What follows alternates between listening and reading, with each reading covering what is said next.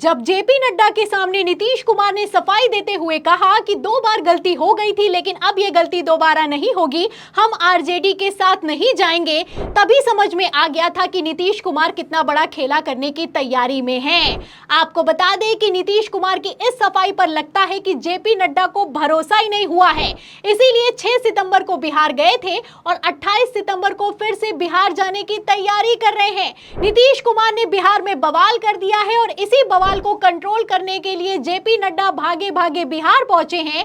वहीं दूसरी तरफ गृह मंत्री अमित शाह ने सारे पदाधिकारियों को लाइन हाजिर कर दिया है। जैसे ही प्रधानमंत्री नरेंद्र मोदी अमेरिका से वापस देश लौटे हैं, नीतीश नायडू खेल गए हैं। नीतीश कुमार और चंद्रबाबू नायडू अपने ही बयानों से पलट गए हैं। अब जब से नीतीश नायडू ने दांव चला है, भारतीय जनता पार्टी की हालत खराब है। तो नीतीश नायडू ने क्या दांव चला है आपको बताएंगे, लेकिन पहले बीजेपी की कितनी हालत खराब हो गई है आपको खबर दिखाते हैं। सबसे पहले आप बिग ब्रेकिंग देखिए नव भारत टाइम्स की। देखिए इस पे लिखा हुआ है कि नीतीश है नाराज या बीजेपी में गड़बड़ी, आखिर एक दिन के लिए बिहार क्यों आ रहे हैं जेपी नड्डा। तो एक दिन के लिए बिहार आ रहे हैं, अचानक बिहार आ रहे हैं, और वो भी तब बिहार आ रहे हैं जब मुख्यमंत्री नीतीश कुमार ने भारतीय जनता पार्टी के मंत्रियों को उनकी औकात दिखा दी है। आपको बता दें ठीक एक दिन पहले खबर निकलकर सामने आई कि मुख्यमंत्री नीतीश कुमार ने पथ निर्माण विभाग की मीटिंग बुलाई है और इस मीटिंग से विभागीय मंत्री और डिप्टी सीएम विजय सिन्हा को बाहर कर दिया है। जब से ये खबर निकलकर सामने आई है तब से बिहार में बवाल मचा हुआ है, और तो और जेडीयू के नेता और बीजेपी के नेता भी आपस में भिड़े जा रहे हैं। ऐसे हालातों में बीजेपी अध्यक्ष जेपी नड्डा को आगे कर दिया गया है। एक बार फिर से जेपी नड्डा डैमेज कंट्रोल करने के लिए और तालमेल बिठाने के लिए बिहार जाने वाले हैं। खबर में देखिए नव भारत टाइम्स की आगे लिखा भी हुआ है, मैं आपको मेन लाइन पढ़कर सुनाती हूं। इसमें लिखा है कि आगामी विधानसभा चुनाव के इस कगार पर दोनों दलों के नेताओं के दिल नहीं मिलने को लेकर राजनीतिक गलियारों में एक बार फिर चर्चा इस बात को लेकर तेज हो गई है कि कहीं कुछ अलग खिचड़ी तो नहीं पक रही है। इन चर्चाओं के बीच इस महीने लगातार दूसरी बार भाजपा के राष्ट्रीय अध्यक्ष जेपी नड्डा के बिहार आगमन की खबर ने इस बात को हवा दे दी है कि क्या जेपी नड्डा फिर डैमेज कंट्रोल करने के लिए आ रहे हैं। तो जेपी नड्डा डैमेज कंट्रोल कर रहे हैं, जेपी नड्डा तालमेल बिठा रहे हैं, और जेपी नड्डा के ही सामने नीतीश कुमार सफाई देते हुए नजर आ रहे हैं। लेकिन खबरों से अपने आप में साफ होता हुआ नजर आ रहा है कि नीतीश कुमार बोल कुछ और रहे हैं और कर कुछ और रहे हैं। आपको बता दें कि नीतीश कुमार ने बिहार में विधानसभा चुनाव से ठीक पहले अपना अलग फ्रंट तैयार करना शुरू कर दिया है।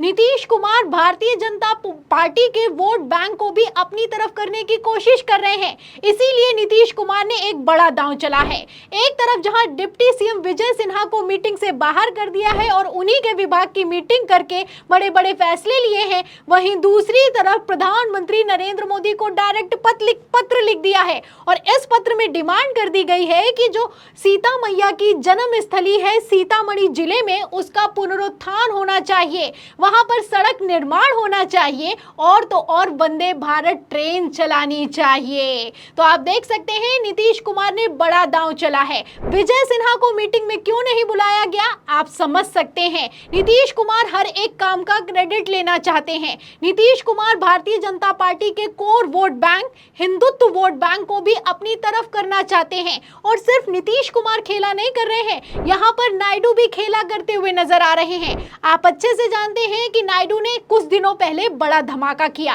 चंद्रबाबू नायडू ने जगन मोहन रेड्डी पर आरोप लगाते हुए कह दिया कि तिरुपति बालाजी में जो प्रसाद बांटा जा रहा है उसमें चर्बी बांटी जा रही है। उसके बाद तो बवाल खड़ा हो गया, क्योंकि यहाँ पर आरोप नायडू ने जगन मोहन रेड्डी पर नहीं लगाया बल्कि इनडायरेक्ट तौर पर प्रधानमंत्री नरेंद्र मोदी पर लगाया है, क्योंकि नायडू से पहले जगन मोहन रेड्डी पीएम मोदी के कितने करीबी हुआ करते थे, इन तस्वीरों से आप अंदाजा लगा सकते हैं। तो फिलहाल नीतीश नायडू खेल रहे हैं और हिंदुत्व की पिच पर खेल रहे हैं। ऐसे में एनडीए के घटक दलों में कितनी तगड़ी बगावत दिखाई दे रही है, या फिर यूं कहें तकरार दिखाई दे रही रही है, इन खबरों से अपने आप में साफ होता हुआ नजर आ रहा है। नीतीश नायडू की बैसाखी पर मोदी सरकार चल रही है और अब ये बैसाखियां ही इधर से उधर भागती हुई नजर आ रही हैं। खबर भी मौजूद है, खबरें भी चलाई जा रही हैं। खबर आप देखिए जी न्यूज की, इसमें लिखा भी हुआ है कि वो साल दूसरा था, ये साल दूसरा है।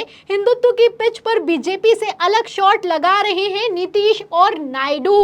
तो नीतीश नायडू खेला कर रहे हैं। एक और खबर है, खबर आप देखिए आज तक की, इसमें लिखा हुआ है कि नीतीश कुमार, चंद्रबाबू नायडू, पवन कल्याण के हिंदुत्व से बीजेपी के पसीने छूट रहे हैं। तो भारतीय जनता पार्टी के पसीने छूट रहे हैं और इस पसीने को छुड़ाने का काम किसी और ने नहीं किया है, नीतीश नायडू ने किया है। और यहाँ पर गौर करने वाली बात यह है कि बात सिर्फ हिंदू वोट बैंक की नहीं है, मुस्लिम वोट बैंक भी नीतीश नायडू के लिए कितना जरूरी है आप जानते हैं। नायडू तो मुस्लिमों की इतनी राजनीति करते हैं कि उन्होंने हज यात्रा पर जाने वाले लोगों के लिए 1 लाख रुपए का ऐलान कर दिया है। और नीतीश कुमार को तो आप जानते ही हैं, जब भी रमजान का महीना होता है तो टोपी पहनकर मुस्लिम नेताओं के घर पहुंच जाया करते हैं। तो नीतीश नायडू ने अपने हिंदुत्व वोट बैंक के साथ ही मुस्लिम वोट बैंक को भी पक्का किया है। और कितना पक्का किया है इसका अंदाजा तो इस बात से लगा सकते हैं कि भारतीय जनता पार्टी अपने तीसरे कार्यकाल का पहला ही बिल सदन से पास नहीं करवा पाई। जब वक्फ बोर्ड संशोधन बिल आया तभी खबर निकलकर सामने आ गई थी कि इसका विरोध होगा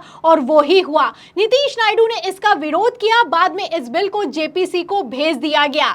उम्मीद थी कि जेपीसी से जब ये बिल पास हो जाएगा तो कानून बना दिया जाएगा, लेकिन यहां पर भी नीतीश नायडू ने बड़ा खेला कर दिया है। आपको बता दें, नीतीश कुमार की पार्टी ने तो साफ साफ कह दिया है कि जेपीसी में भी हम इस बिल का विरोध करेंगे और मुसलमानों की समस्याओं को उठाएंगे। और इसी के साथ नायडू ने भी बड़ा ऐलान किया है।